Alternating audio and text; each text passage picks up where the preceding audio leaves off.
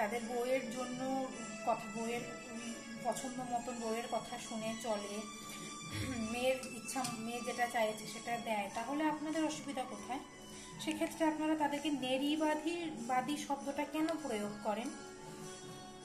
তাদেরকে নারীবাদী বলে মানে তারা কি সুখে শান্তিতে সংসার করবে না? আপনাদের মতন পুরুষ অধিকার কর্মী বলে নিজের বউ বাচ্চা ফেলে দিয়ে পুরুষ অধিকার পুরুষ কেন সব দায়িত্ব নেবে এইসব বলতে শুরু করে দেবে? একটা মানুষ সুখে শান্তিতে সংসার করছে, করুক না, তাকে শান্তিতে থাকতে দিন। আপনাদের গায়ে এত জলে কেন? আমার প্রশ্ন সেটাই। আর যে সমাজে যে খারাপ পুরুষের সংখ্যা খুব একটা কম নয়, সেটা তো আপনারাও জানেন, আমরাও জানি।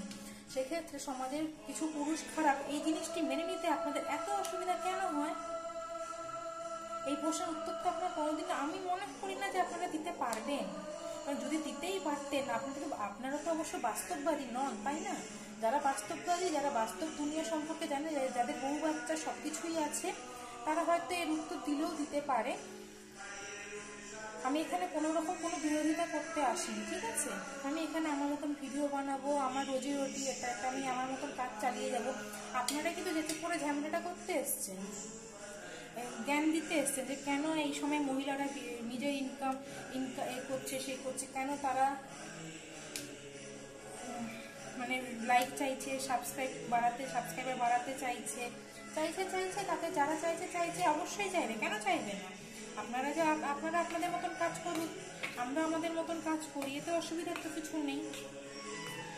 আপনারা না আসলে পুরুষ অধিকার করতে করতে সমাজ বিরোধী হয়ে গেছে, যেটা আপনারা নিজে বুঝতে পারেন না, আর কেউ বোঝাতে গেলে তার উল্টে ব্যবস্থা নেয়। এরকম অনেক খবরই থাকে, কিন্তু আপনারা সবকিছু ধামা চাপা দেন। বেশিরভাগ ক্ষেত্রে দেখা গেছে আপনারা মিথ্যে খবর প্রচার করেন,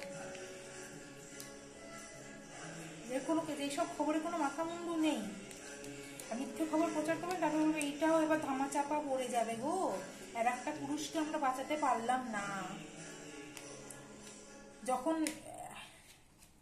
যখন মহিলাদের উপর অত্যাচার হতো, তখন আপনারা কোথায় ছিলেন? তখন তো বলতেন সব পুরুষ সমান নয়।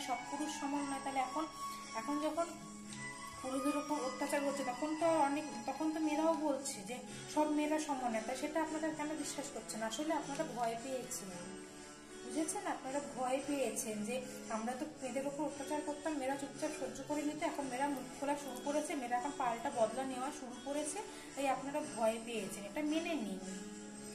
আচ্ছা, অনেক হলো আমার জ্ঞান দেওয়া, আমার এই গল্প বলা, মানে গল্প নয়, এইসব বাস্তব যেগুলো আমি দেখেছি বিভিন্ন গ্রুপ থেকে, সেগুলোর সম্পর্কে আপনাদের সঙ্গে শেয়ার করা। এবার আমার কেক বানানো রেডি। এবার টাটা, বাই বাই। অবশ্যই লাইক করবেন, শেয়ার করবেন, সাবস্ক্রাইব করে যাবেন। আচ্ছা, চলি।